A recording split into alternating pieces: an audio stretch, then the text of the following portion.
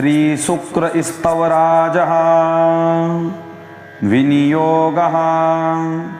ॐ अस्य श्रीशुक्रस्तवराजस्य प्रजापतिर्ऋषिः अनुष्टुप्छन्दः शुक्रो देवता शुक्रप्रीत्यर्थं जपे विनियोगः। नमस्ते भार्गव श्रेष्ठ दैत्यदानवपूजित वृष्टिरोध प्रकृते च वृष्टिकर्त्रे नमो नमः। देवयानी पितस्तुभ्यं वेदांगपारगः परेण तपसा शुद्धः शंकरो लोकसुंदरः। प्राप्तो विद्यां जीवनाख्यां तस्मै शुक्रात्मने नमः। नमस्तस्मै भगवते भृगुपुत्राय वेधसे तारामण्डलमध्यस्थ स्वभासासिताम्बर यस्योदये जगत्सर्वं मङ्गलार्ह भवेदिह। अस्तन्यस्ते ह्यरिष्टं स्यात् तस्मै मङ्गलरूपिणे। त्रिपुरावासिनो दैत्यान् शिवबाणप्रपीडितान् विद्यया जीवयच्छुक्रो नमस्ते भृगुनन्दन। ययाति गुरवे तुभ्यं नमस्ते कविनन्दन। बलिराज्यप्रदो जीवस्तस्मै जीवात्मने नमः। भार्गवाय नमस्तुभ्यं पूर्वगीर्वाणवन्दितः जीवपुत्राय यो विद्यां प्रादात् तस्मै नमो नमः। नमः शुक्राय काव्याय भृगुपुत्राय धीमहि। नमः कारणरूपाय नमस्ते कारणात्मने। स्तवराजमिमं पुण्यं भार्गवस्य महात्मनः।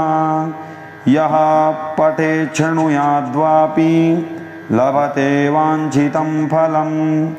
पुत्रकामो लभेत् पुत्रान् श्रीकामो लभते श्रियं।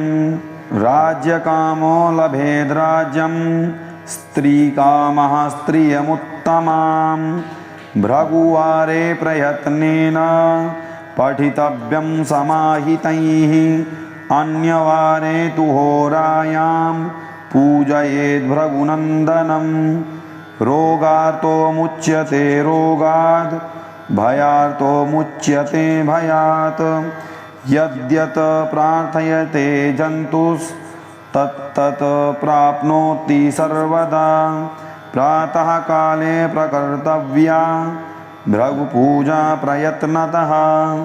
सर्वपापविनिर्मुक्तः प्राप्नुयात् शिवसन्निधिम् इति। श्रीब्रह्मयामले शुक्रस्तवराज सम्पूर्णम्। श्रीशुक्रस्तवराजः विनियोगः। ॐ अस्य श्रीशुक्रस्तवराजस्य प्रजापतिर्ऋषिः अनुष्टुप्छन्दः शुक्रो देवता शुक्रप्रीत्यर्थं जपे विनियोगः। नमस्ते भार्गव श्रेष्ठ दैत्यदानवपूजित वृष्टिरोध प्रकृते च वृष्टिकर्त्रे नमो नमः। देवयानी पितस्तुभ्यं वेदांगपारगः परेण तपसा शुद्धः शंकरो लोकसुंदरः। प्राप्तो विद्यां जीवनाख्यां तस्मै शुक्रात्मने नमः। नमस्तस्मै भगवते भृगुपुत्राय वेधसे तारामण्डलमध्यस्थ स्वभासासिताम्बर यस्योदये जगत्सर्वं मङ्गलार्ह भवेदिह।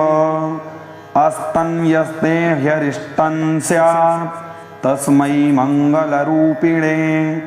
त्रिपुरावासिनो दैत्यान् शिवबाणप्रपीडितान् विद्यया जीवयच्छुक्रो नमस्ते भृगुनन्दन ययाति गुरवे तुभ्यं नमस्ते कविनन्दन बलिराज्यप्रदो जीवस्तस्मै जीवात्मने नमः भार्गवाय नमस्तुभ्यं पूर्वगीर्वाणवन्दितः जीवपुत्राय यो विद्यां प्रादात् तस्मै नमो नमः नमः शुक्राय काव्याय भृगुपुत्राय धीमहि नमः कारणरूपाय नमस्ते कारणात्मने स्तवराजमिमं पुण्यं भार्गवस्य महात्मनः यः पठेत् शृणुयाद्वापि लभते वाञ्छितं फलं पुत्रकामो लभेत् पुत्रान् श्रीकामो लभते श्रियं राज्यकामो लभेद् राज्यं स्त्रीकामः स्त्रियमुत्तमां भृगुवारे प्रयत्नेन पठितव्यं समाहितैः अन्यवारे तु होरायां पूजयेद् भृगुनन्दनं रोगार्तो मुच्यते रोगात् भयार्तो मुच्यते भयात् यद्यत् प्रार्थयते जन्तुस्तत्तत् प्राप्नोति सर्वदा प्रातः काले प्रकर्तव्या भृगुपूजा प्रयत्नतः सर्वपापविनिर्मुक्तः प्राप्नुयात् शिवसन्निधिम् इति श्रीब्रह्मयामले शुक्रस्तवराज सम्पूर्णम्। श्रीशुक्रस्तवराजः विनियोगः। ॐ अस्य श्रीशुक्रस्तवराजस्य प्रजापतिर्ऋषिः अनुष्टुप्छन्दः शुक्रो देवता शुक्रप्रीत्यर्थं जपे विनियोगः। नमस्ते भार्गव श्रेष्ठ दैत्यदानवपूजित वृष्टिरोध प्रकृते च वृष्टिकर्त्रे नमो नमः देवयानी पितस्तुभ्यं वेदाङ्गपारगः परेण तपसा शुद्धः शङ्करो लोकसुन्दरः प्राप्तो विद्यां जीवनाख्यां तस्मै शुक्रात्मने नमः नमस्तस्मै भगवते भृगुपुत्राय वेधसे तारामण्डलमध्यस्थ स्वभासासिताम्बर यस्योदये जगत्सर्वं मङ्गलार्ह भवेदिह अस्तन्यस्ते ह्यरिष्टं स्यात् तस्मै मङ्गलरूपिणे त्रिपुरावासिनो दैत्यान् शिवबाणप्रपीडितान् विद्यया जीवयच्छुक्रो नमस्ते भृगुनन्दन ययाति गुरवे तुभ्यं नमस्ते कविनन्दन बलिराज्यप्रदो जीवस्तस्मै जीवात्मने नमः भार्गवाय नमस्तुभ्यं पूर्वगीर्वाणवन्दितः जीवपुत्राय यो विद्यां प्रादात् तस्मै नमो नमः नमः शुक्राय काव्याय भृगुपुत्राय धीमहि नमः कारणरूपाय नमस्ते कारणात्मने स्तवराजमिमं पुण्यं भार्गवस्य महात्मनः यः पठेत् शृणुयाद्वापि लभते वाञ्छितं फलं पुत्रकामो लभेत् पुत्रान् श्रीकामो लभते श्रियं राज्यकामो लभेद् राज्यं स्त्रीकामः स्त्रियमुत्तमां भृगुवारे प्रयत्नेन पठितव्यं समाहितैः अन्यवारे तु होरायां पूजयेद् भृगुनन्दनं रोगार्तो मुच्यते रोगाद् भयार्तो मुच्यते भयात् यद्यत् प्रार्थयते जन्तुस्तत्तत् प्राप्नोति सर्वदा प्रातः काले प्रकर्तव्या भृगुपूजा प्रयत्नतः सर्वपापविनिर्मुक्तः प्राप्नुयाच्छिवसन्निधिम्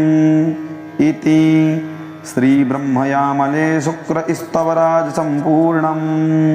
श्रीशुक्रस्तवराजः विनियोगः। ॐ अस्य श्रीशुक्रस्तवराजस्य प्रजापतिर्ऋषिः अनुष्टुप्छन्दः शुक्रो देवता शुक्रप्रीत्यर्थं जपे विनियोगः। नमस्ते भार्गव श्रेष्ठ दैत्यदानवपूजित वृष्टिरोध प्रकृते च वृष्टिकर्त्रे नमो नमः। देवयानी पितस्तुभ्यं वेदांगपारगः परेण तपसा शुद्धः शंकरो लोकसुंदरः प्राप्तो विद्यां जीवनाख्यां तस्मै शुक्रात्मने नमः। नमस्तस्मै भगवते भृगुपुत्राय वेधसे तारामण्डलमध्यस्थ स्वभासासिताम्बर यस्योदये जगत्सर्वं मंगलार्ह भवेदिह अस्तन्यस्ते ह्यरिष्टं स्यात् तस्मै मंगलरूपिणे त्रिपुरावासिनो दैत्यान् शिवबाणप्रपीडितान् विद्यया जीवयच्छुक्रो नमस्ते भृगुनन्दन। ययाति गुरवे तुभ्यं नमस्ते कविनन्दन। बलिराज्यप्रदो जीवस्तस्मै जीवात्मने नमः। भार्गवाय नमस्तुभ्यं पूर्वगीर्वाणवन्दितः जीवपुत्राय यो विद्यां प्रादात् तस्मै नमो नमः। नमः शुक्राय काव्याय भृगुपुत्राय धीमहि नमः कारणरूपाय नमस्ते कारणात्मने। स्तवराजमिमं पुण्यं भार्गवस्य महात्मनः यः पठेत् शृणुयाद्वापि लभते वाञ्छितं फलम्। पुत्रकामो लभेत् पुत्रान् श्रीकामो लभते श्रियं राज्यकामो लभेद् राज्यं स्त्रीकामः स्त्रियमुत्तमां। भृगुवारे प्रयत्नेन पठितव्यं समाहितैः अन्यवारे तु होरायां पूजयेद् भृगुनन्दनं। रोगार्तो मुच्यते रोगाद् भयार्तो मुच्यते भयात् यद्यत् प्रार्थयते जन्तुस्तत्तत् प्राप्नोति सर्वदा प्रातः काले प्रकर्तव्या भृगुपूजा प्रयत्नतः सर्वपापविनिर्मुक्तः प्राप्नुयाच्छिवसन्निधिम् इति श्रीब्रह्मयामले शुक्रस्तवराज सम्पूर्णम्। श्रीशुक्रस्तवराजः विनियोगः। ॐ अस्य श्रीशुक्रस्तवराजस्य प्रजापतिर्ऋषिः अनुष्टुप्छन्दः शुक्रो देवता शुक्रप्रीत्यर्थं जपे विनियोगः। नमस्ते भार्गव श्रेष्ठ दैत्यदानवपूजित वृष्टिरोध प्रकृते च वृष्टिकर्त्रे नमो नमः। देवयानी पितस्तुभ्यं वेदांगपारगः परेण तपसा शुद्धः शंकरो लोकसुंदरः प्राप्तो विद्यां जीवनाख्यां तस्मै शुक्रात्मने नमः। नमस्तस्मै भगवते भृगुपुत्राय वेधसे तारामण्डलमध्यस्थ स्वभासासिताम्बर यस्योदये जगत्सर्वं मङ्गलार्ह भवेदिह अस्तन्यस्ते ह्यरिष्टं स्यात् तस्मै मङ्गलरूपिणे त्रिपुरावासिनो दैत्यान् शिवबाणप्रपीडितान् विद्यया जीवयच्छुक्रो नमस्ते भृगुनन्दन ययाति गुरवे तुभ्यं नमस्ते कविनन्दन बलिराज्यप्रदो जीवस्तस्मै जीवात्मने नमः भार्गवाय नमस्तुभ्यं पूर्वगीर्वाणवन्दितः जीवपुत्राय यो विद्यां प्रादात् तस्मै नमो नमः नमः शुक्राय काव्याय भृगुपुत्राय धीमहि नमः कारणरूपाय नमस्ते कारणात्मने स्तवराजमिमं पुण्यं भार्गवस्य महात्मनः यः पठेत् शृणुयाद्वापि लभते वाञ्छितं फलं पुत्रकामो लभेत् पुत्रान् श्रीकामो लभते श्रियं राज्यकामो लभेद् राज्यं स्त्रीकामः स्त्रियमुत्तमां भृगुवारे प्रयत्नेन पठितव्यं समाहितैः अन्यवारे तु होरायां पूजयेद् भृगुनन्दनं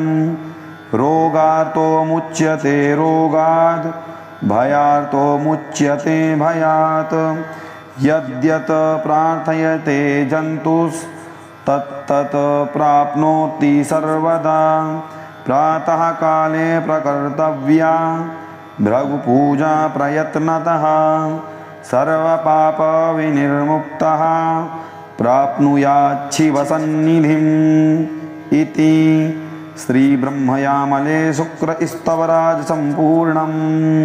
श्रीशुक्रस्तवराजः विनियोगः। ॐ अस्य श्रीशुक्रस्तवराजस्य प्रजापतिर्ऋषिः अनुष्टुप् शुक्रो देवता शुक्रप्रीत्यर्थं जपे विनियोगः।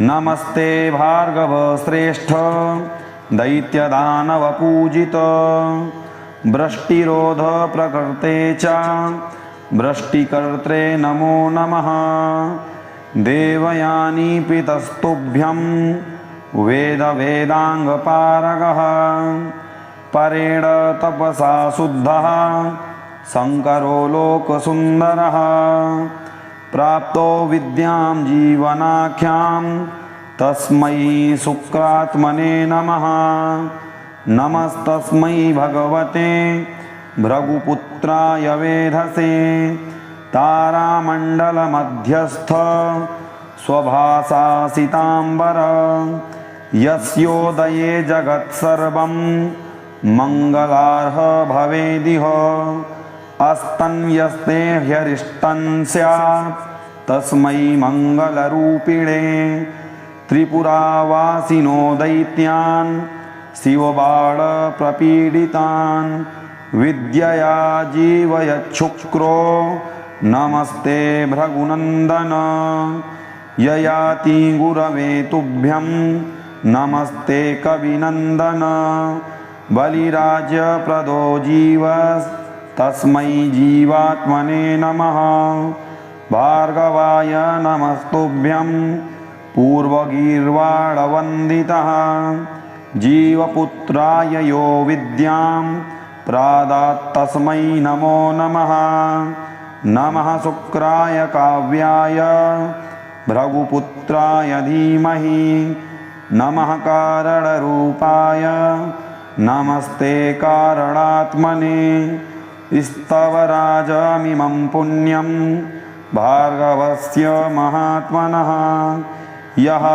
पठेत् शृणुयाद्वापि लभते वाञ्छितं फलं पुत्रकामो लभेत् पुत्रान् श्रीकामो लभते श्रियं राज्यकामो लभेद्राज्यं स्त्रीकामः स्त्रियमुत्तमां भृगुवारे प्रयत्नेन पठितव्यं समाहितैः अन्यवारे तु होरायां पूजयेद् भृगुनन्दनं रोगार्तो मुच्यते रोगाद् भयार्तो मुच्यते भयात् यद्यत् प्रार्थयते जन्तुस्तत्तत् प्राप्नोति सर्वदा प्रातः काले प्रकर्तव्या भृगुपूजा प्रयत्नतः सर्वपापविनिर्मुक्तः प्राप्नुयाच्छिवसन्निधिम्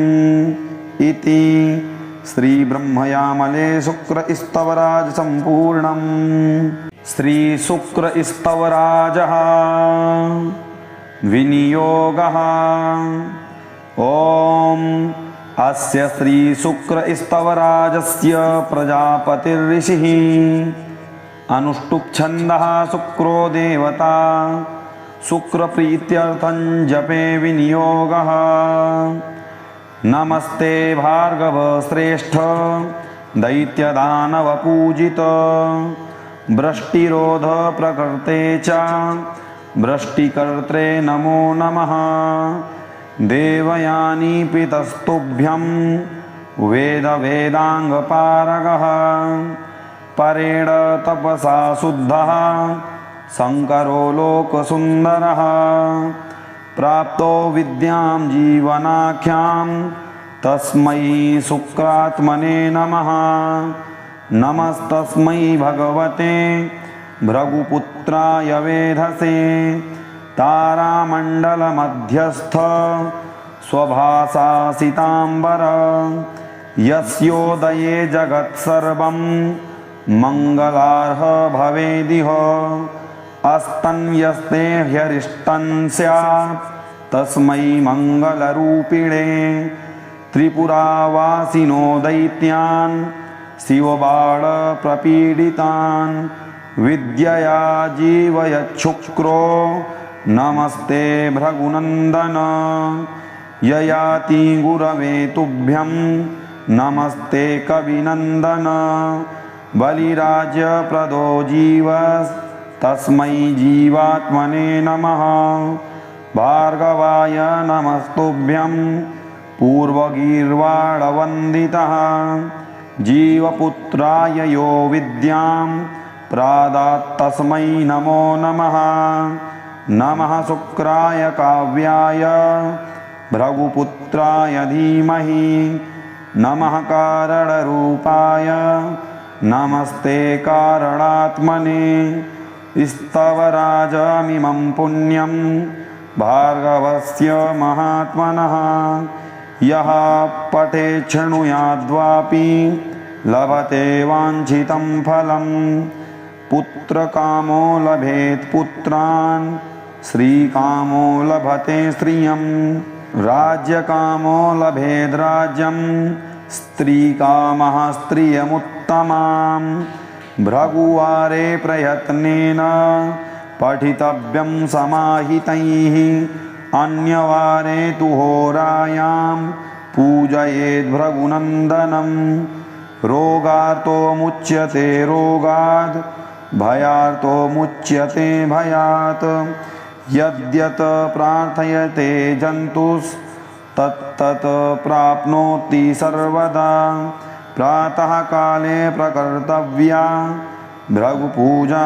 प्रयत्नतः सर्वपापविनिर्मुक्तः प्राप्नुयाच्छिवसन्निधिम् इति श्रीब्रह्मयामले शुक्रस्तवराज सम्पूर्णम्। श्रीशुक्रस्तवराजः विनियोगः। ॐ अस्य श्रीशुक्रस्तवराजस्य प्रजापतिर्ऋषिः अनुष्टुप्छन्दः शुक्रो देवता शुक्रप्रीत्यर्थं जपे विनियोगः। नमस्ते भार्गव श्रेष्ठ दैत्यदानवपूजित वृष्टिरोध प्रकृते च वृष्टिकर्त्रे नमो नमः। देवयानी पितस्तुभ्यं वेद वेदांगपारगः परेण तपसा शुद्धः शंकरो लोकसुंदरः। प्राप्तो विद्यां जीवनाख्यां तस्मै शुक्रात्मने नमः। नमस्तस्मै भगवते भृगुपुत्राय वेधसे। तारामण्डलमध्यस्थ स्वभासासिताम्बर यस्योदये जगत्सर्वं मङ्गलार्ह भवेदिह। अस्तन्यस्ते ह्यरिष्टं स्यात् तस्मै मङ्गलरूपिणे। त्रिपुरावासिनो दैत्यान् शिवबाणप्रपीडितान् विद्यया जीवयच्छुक्रो नमस्ते भृगुनन्दन। ययाति गुरवे तुभ्यं नमस्ते कविनन्दन। बलिराज्यप्रदो जीवस्तस्मै जीवात्मने नमः। भार्गवाय नमस्तुभ्यं पूर्वगीर्वाणवन्दितः।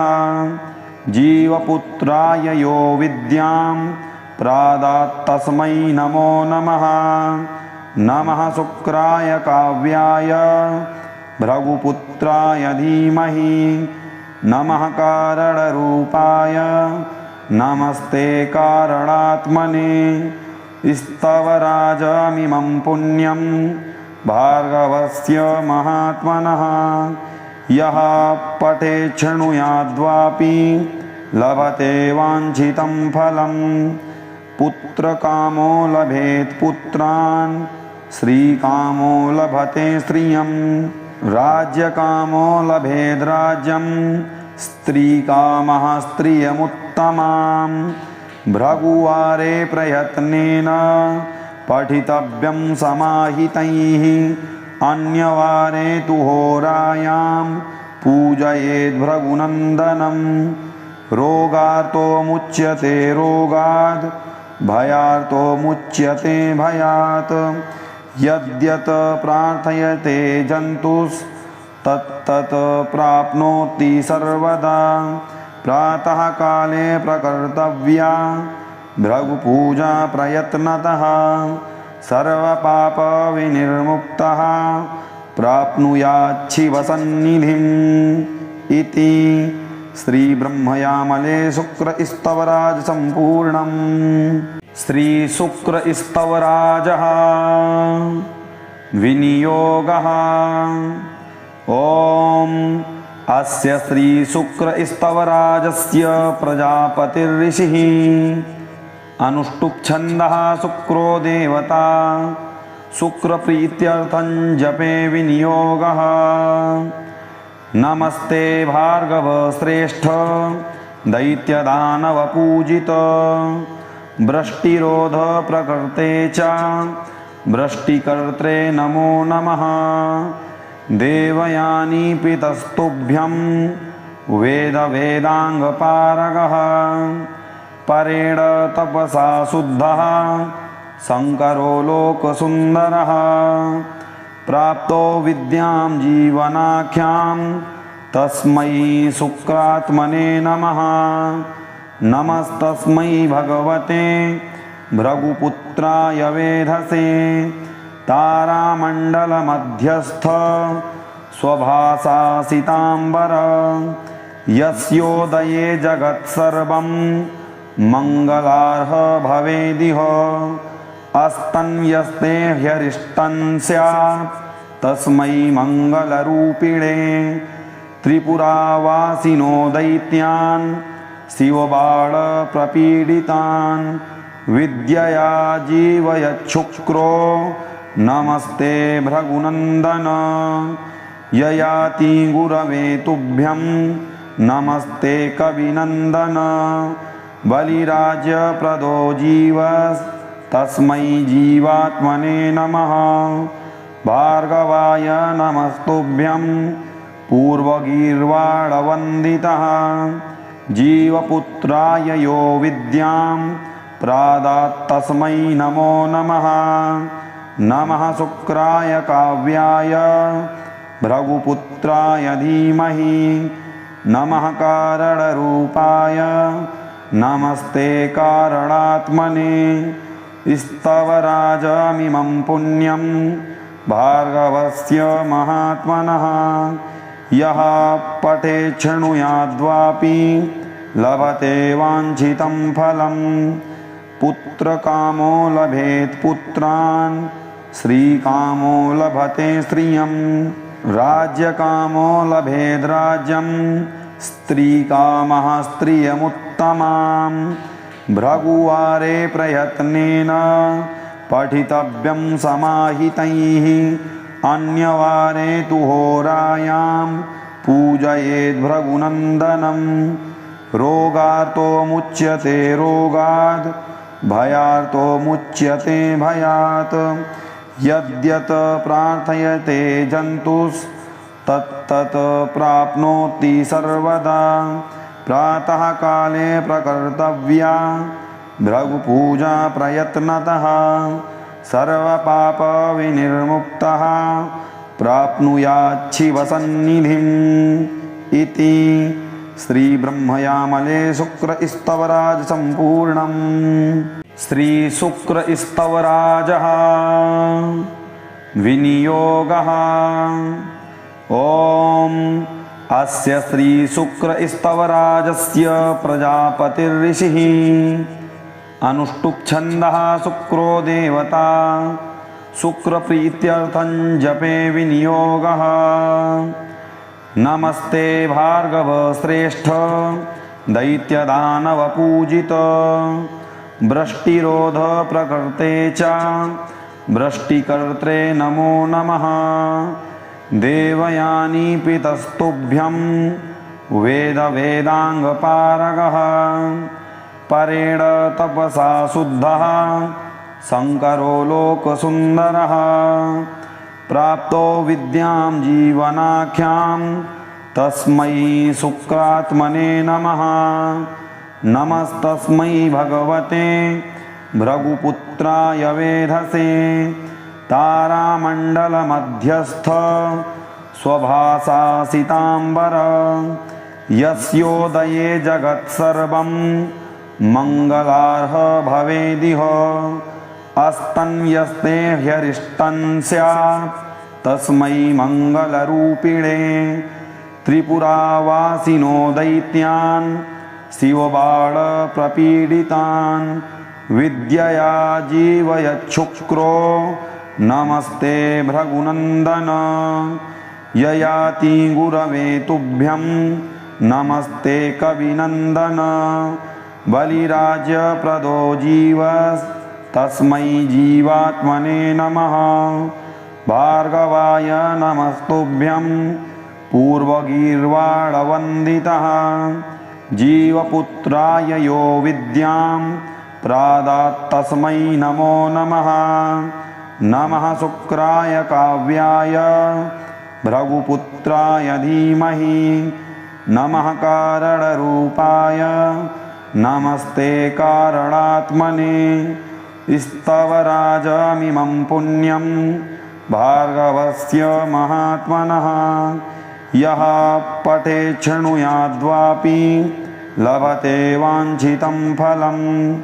पुत्रकामो लभेत् पुत्रान् श्रीकामो लभते श्रियम्। राज्यकामो लभेद् राज्यं स्त्रीकामः स्त्रियमुत्तमाम्। भृगुवारे प्रयत्नेन पठितव्यं समाहितैः। अन्यवारे तु होरायां पूजयेद् भृगुनन्दनम्। रोगार्तो मुच्यते रोगाद् भयार्तो मुच्यते भयात्। यद्यत् प्रार्थयते जन्तुस्तत्तत् प्राप्नोति सर्वदा। प्रातः काले प्रकर्तव्या भृगुपूजा प्रयत्नतः। सर्वपापविनिर्मुक्तः प्राप्नुयात् शिवसन्निधिम्। इति श्रीब्रह्मयामले शुक्रस्तवराज सम्पूर्णम्। श्रीशुक्रस्तवराजः विनियोगः। ॐ अस्य श्रीशुक्रस्तवराजस्य प्रजापतिर्ऋषिः अनुष्टुप् शुक्रो देवता शुक्रप्रीत्यर्थं जपे विनियोगः।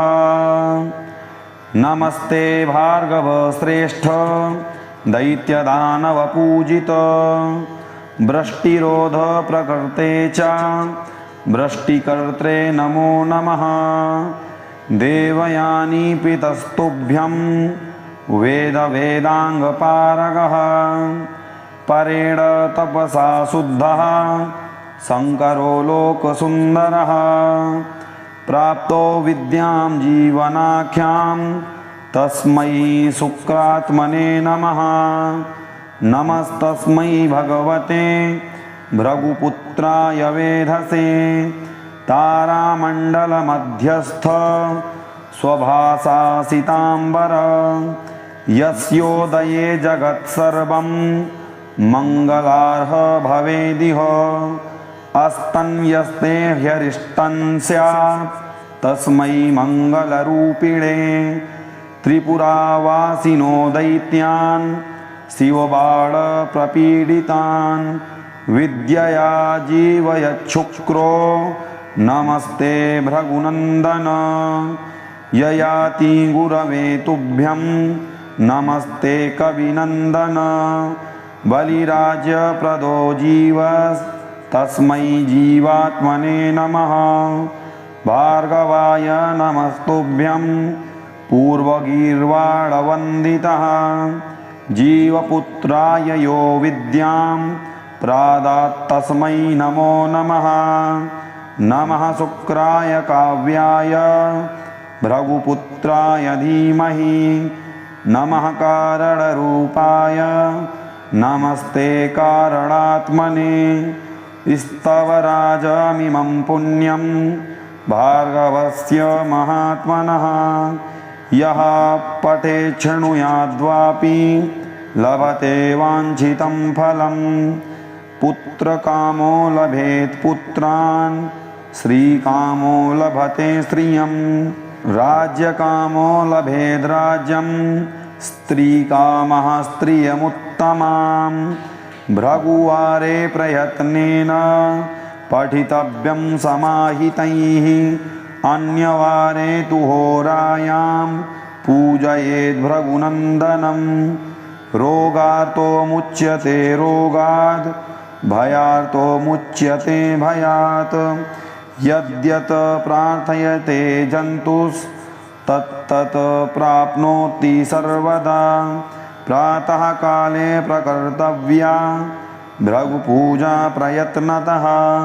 सर्वपापविनिर्मुक्तः प्राप्नुयात् शिवसन्निधिम् इति। श्री ब्रह्मयामले शुक्रस्तवराज संपूर्णम। जो साधक इस शुक्र स्तवराज का पाठ करता है भगवान शुक्र देवता उसके संपूर्ण मनोरथों को सिद्ध करते हैं। तथा यदि किसी को पुत्र की कामना हो तो उसको पुत्र प्रदान करते हैं। जिसको लक्ष्मी की कामना हो उसको लक्ष्मी प्रदान करते हैं। जिसको राज्य की कामना हो उसको राज्य प्रदान करते हैं। और जिसको सुंदर स्त्री की कामना हो उसको सुंदर स्त्री प्रदान करते हैं। पूरा वीडियो देखने के लिए धन्यवाद। यदि चैनल में नए हैं तो चैनल को सब्सक्राइब अवश्य करें। साथ ही बेल आइकन प्रेस करें एवं कमेंट बॉक्स में अपनी राय अवश्य दें। मिलते हैं अगली वीडियो में। तब तक के लिए जय श्री कृष्ण, जय श्री राधे।